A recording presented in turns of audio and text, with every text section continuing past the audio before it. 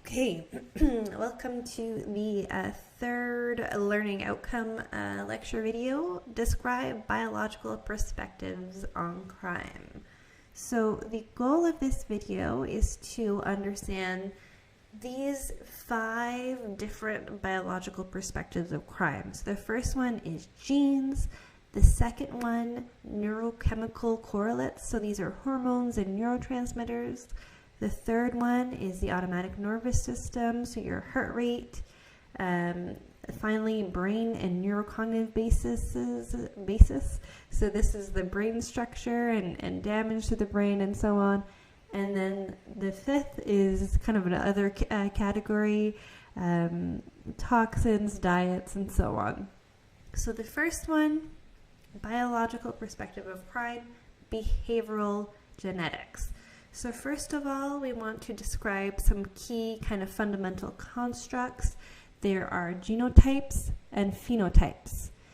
Genotypes are unobservable genetic constitutions, so that's the genetic makeup of the individual, whereas phenotypes are observational behavioral characteristics. So for example, the difference between here we go, with the laser pointer, this person or this animal and this animal, you can see the environment changes the phenotype in that this one's pink. I think it's because they're eating shrimp. I can't remember the reasons for it. But point being is that it's observational. You can see the difference here. And phenotypes can be dynamic. It changes over time. And it is a product of the interaction between the genotype and the environment.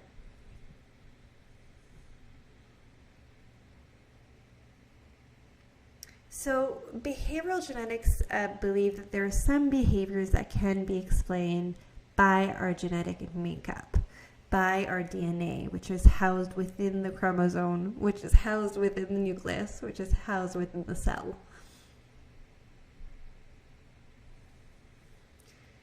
So one,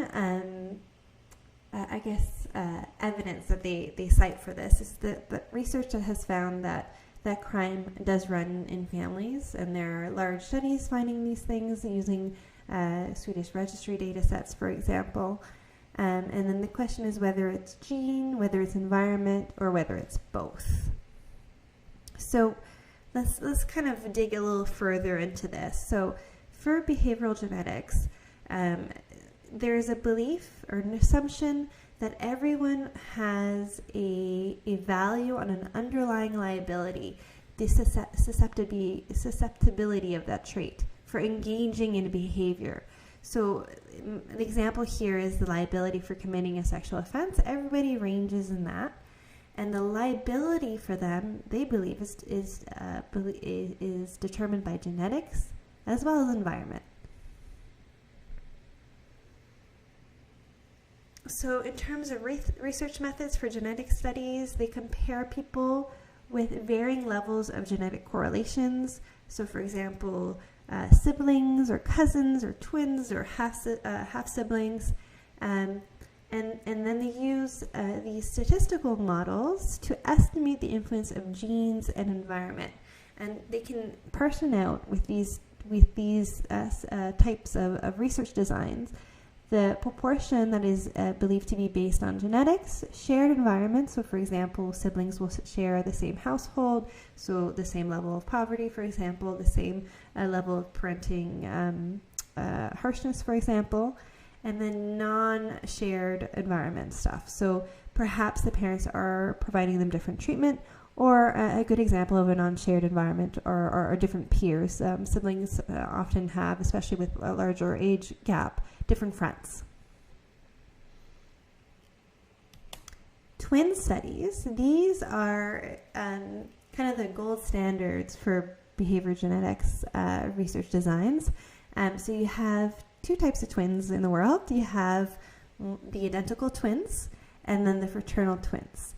The difference between the two here is that, okay, for both of them, they will share the same environment in that they're in the same family, but their genes will differ. The identical twin will have 100% of their DNA shared, whereas for the fraternal, only 50% of them will be shared, because they're essentially siblings, but siblings in two different placenta sacs. That said, their environment will be the same. So twin studies, when you have your identical and your fraternal twins designed, you can tease apart using modeling the effect of environment versus genes. And so they do this looking at concordance rates. So that's the percentage of these two individuals, these twins, who match on the same trait or the same characteristics. And so if the concordance rates is higher for the identical twins versus the fraternal twins, then that means there's a stronger genetic influence. And then if the concordance rates are relatively equal, then it means that it's not really about the genes, right? It's about more the environment. So it's a really neat research design, but of course it requires a whole lot of twins to be able to do this. Here is an example of the concordance rates. So blood type, 100% of the identical twins share blood type, but only 66% of the fraternal twins share blood type. So that suggests there's a genetic contributions here. The eye color, even more of a difference in concordance rates. So twins, 99% for the identical versus 30% for fraternal, and so on. So you have developmental delays, again, suggesting quite the genetic contribution, epilepsy as well, schizophrenia as well, because again, you see the difference in concordance, and finally, diabetes. Here are the concordance rates for criminal behaviors. This is 5 different research studies, and again, these are the older ones here that are seeing quite the genetic contribution compared to, and again, you know this because of the concordance rates being higher for the identical versus the non-identical, the fraternal twins. But if you look at the more recent studies, again, you have very similar rates. Now, in Ishikawa and Rain in 2002, what they did is they did a meta-analysis. And so that's by weighting studies based on kind of sample size and stuff. And what they found was that the rate among identical twins is 1.5 times higher than fraternal twins in criminal behavior. And so they conclude, despite these later studies showing less of a difference, overall there is quite the genetic contribution as opposed to the environmental contribution for criminal behavior.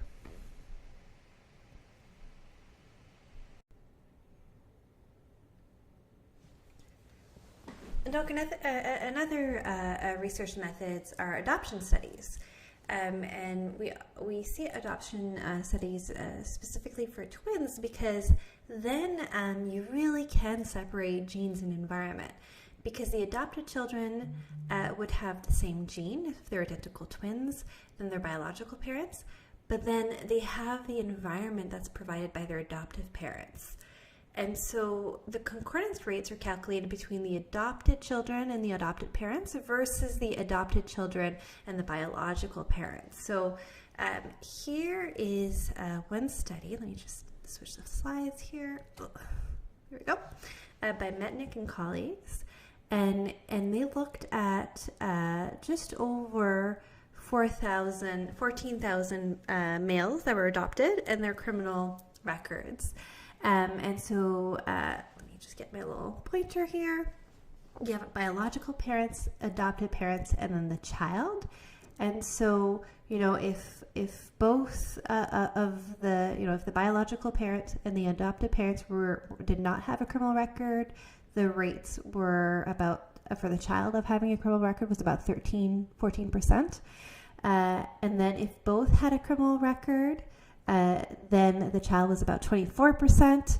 And then if you look at the differences between concordance here, you have the biological parent not being not having a criminal record versus the adopted parents having a criminal record. It's about 15% of the rates of those children having a criminal record. So it does suggest environment matters, but if we look here, you can really see that maybe genetic actually does pull through. So you have biological parents who have a criminal record, the adopted parent, so where the child is currently, does not have a criminal record, and yet you're still at 20% of these children that have criminal record. And here is the same I guess numbers, the same study here, but just in graphical form. So you can see here that the having the non-criminal adopted parents versus the criminal adopted parents, and you have the differences here as well. And so these adoption studies are really useful because you're able to really tease apart the influence of genetics, so the original biological parents, versus the influence of environment because of the adopted parent. Okay. And there is a meta-analysis of 42 twin samples that is representing about 55,000 twins. And again, using these twin and adoption designs, they're able to see what the heritability of antisocial behavior is. And so, again, this is contrasting the genetic correlations and the environment. And they see that, genetics explains about 41% of the variability in antisocial behaviors in twins. The non-shared environment, so for example, the twins or siblings sharing different friends or different teachers or something like that, it was about 43%. And then the shared environment, so these are the shared stuff between twins in the environment. So that could be, or siblings, so that could be stuff such as their parenting style, broadly speaking, their social class, broadly speaking, the level of income that the parents have. Okay, and we can also do sibling designs, and so here it's looking at the differences between full brothers, so they have the same shared environment, same house, but the genetic correlations between brothers are 0.5, versus the half brothers. So this here is from data in Sweden, and we know that maternal half brothers in Sweden specifically, they tend to live in the same household. Whereas the paternal half brothers, they tend not to live in the same household. It's about 3% of them will be in the same household versus 83% of the maternal half brothers. And so the difference between these here are the environment. The maternal half brothers, same shared environment, same household, similar genetic, 0.25. Then the paternal half-brothers, 0.25, but the paternal half-brothers have the non-shared genetics. And so you can contrast and model the differences in the liability, the likelihood of committing an offense by contrasting these three groups. And so in our study, what we found was that genetics explained 40% of the variability in sexual offending, the shared environment, only about 2%, and then the non-shared environment, 58%. And we also found two kind of interesting things. First, that genetics was more predictive for predicting sexual offending against children than adults, and that the environment was more predictive of sexual offending against adults than sexual offending against children. So genetics matter more for sexual offenses against children. Environment matters more for sexual offenses against adults.